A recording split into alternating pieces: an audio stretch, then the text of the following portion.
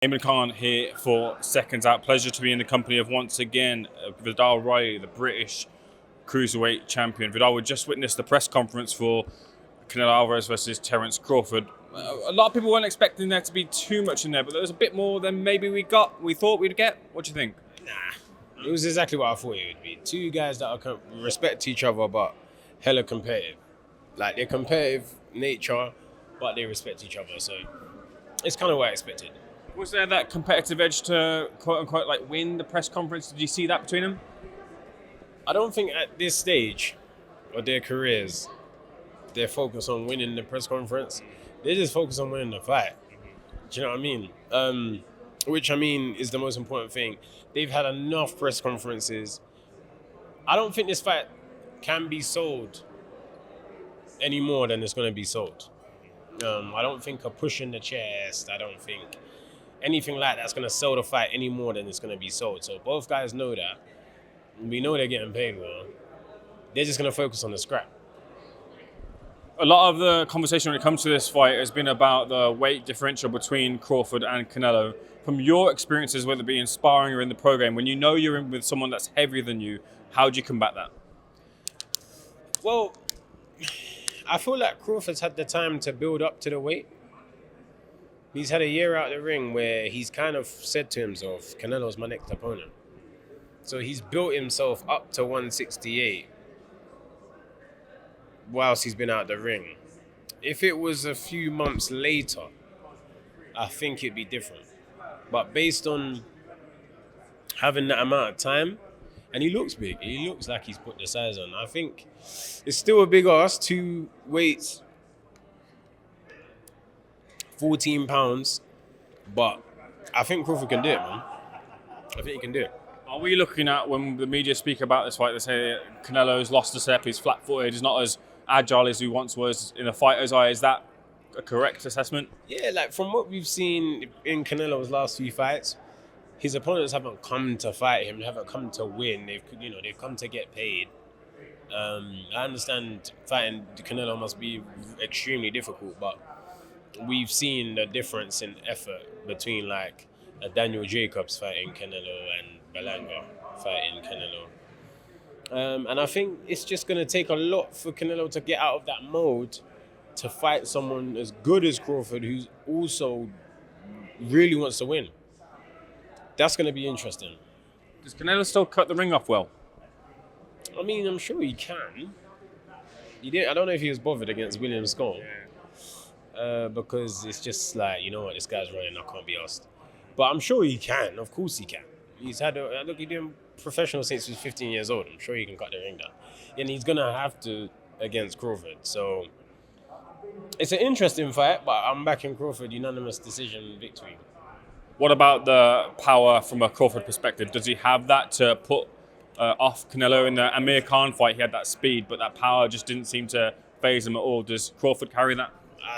I've never been hit by him, but I believe he has enough to like let Canelo chill. I don't think Canelo's just going to walk through Crawford's punches. I don't think that. No way. Let's get to the conversation about yourself. The talk was that potentially you'd be fighting Aloys Junior. Frank Warren was asked about it on Box Nation. He said that when the fight was put to them, it suddenly went quiet from your side. I'm here now, you're talkative. Did it go quiet? No, these guys just can't read a calendar. I've said from pretty much immediately after winning the British title, before Aloys even realised he had a mouth to speak, that I'd return in September. I've said that. I might even said that to you at the Sports Industry Awards. Yeah? Then he has a win against Jameson, obviously really gets him gassed and whatnot, and that's fine.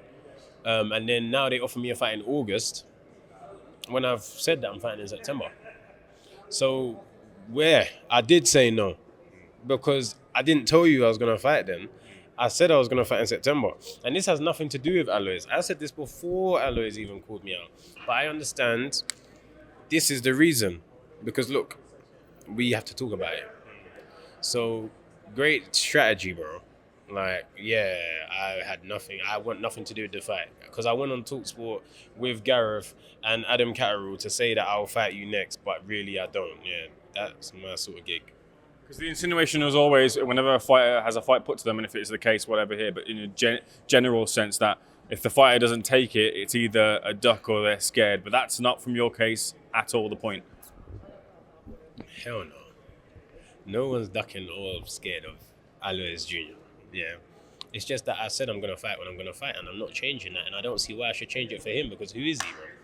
Like, he's Commonwealth champion, fair play. But at the same time, he called me. I didn't call for you. So if you call for me, you wait until I'm ready and we'll run it. I didn't chase you down, and then when you've said August, I've been like, no. I was living life. I'm living life. I'm happily fine. You know what I'm saying? But yeah, just wait, man. Just be patient. We'll fight in September. And if you don't like the fact that I don't want to fight you in August and I'll fight you in September, then it is what it is, bro. I don't care. Where does Aloys fit on your priority list of your next opponents? He wasn't even on the list. He was not even on the list. It wasn't even a thought process. It's only because he was talking good and he has something that I can take. I'm like, fine, let's run it. But he wasn't even on my mind. Aloys wasn't even on my mind. To me, I thought he was young, like 22, just trying to build himself up. But then now he wants to go shoot himself in the foot because he doesn't understand the game of boxing. Everyone that's gassing him now, everyone that's giving him this little pep in his step now, the moment I defeat him, they won't pick up the phone to him. That's the game of boxing. And he is young, so he's getting gassed and thinking that everyone that is around him is genuine and they're gassed. Like, it's only because he won. The moment he loses, he's just gonna burn. He's lost already, even. So when the moment that happens to him again, it's gonna be sad, but it's what he's asked for. So as long as he's willing to wait until September, he will get what he's asking for, and it's just gonna be a downward slope from there.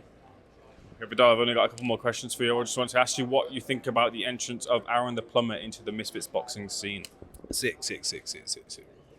Perfect. Like, he's the sort of guy that you want in the scene. He's the sort of guy that brings excitement. He's game. Perfect, bro. Who'd be the perfect opponent for him? That's a good question that I don't right now have the answer to. But, because we kind of need to see him in the ring first, then we can start to make a decision. But the fact he's in Misfits, very good. Closing in rapidly on Usyk versus Dubois too. Any kind of thoughts on how that fight, if it's at all changed, if you've tossed it around in your mind, or a lot of conversation has been about Dubois and his mentality. If he gets that right, then he's going to be the winner and he will catch Usyk at some point like he did in the first fight, whether it was a low blow or not. We'll leave that debate to the side. But is that your thinking? Is that the way that Dubois has to be patient and keep his mind focused? Otherwise, the fight will go away from him. I think it's Daniel's time. I think he can stop Usyk. The momentum, the mentality, the confidence compared to when they first fought is sky high for Daniel. Daniel's still in a place where he can go up. Usyk is excellent, but I don't think he can get better from here now. He's going to be the fighter he is. Whereas Daniel, based on confidence, based on wins against certain names, that can boost him into a different category. So I'm backing Daniel to win. It sounds crazy, but I think he can stop him. You're one of the few to stick your neck out and say that Daniel's gonna win. I think so, like, since it got announced, I thought, now's Daniel's time. I think it's his time now.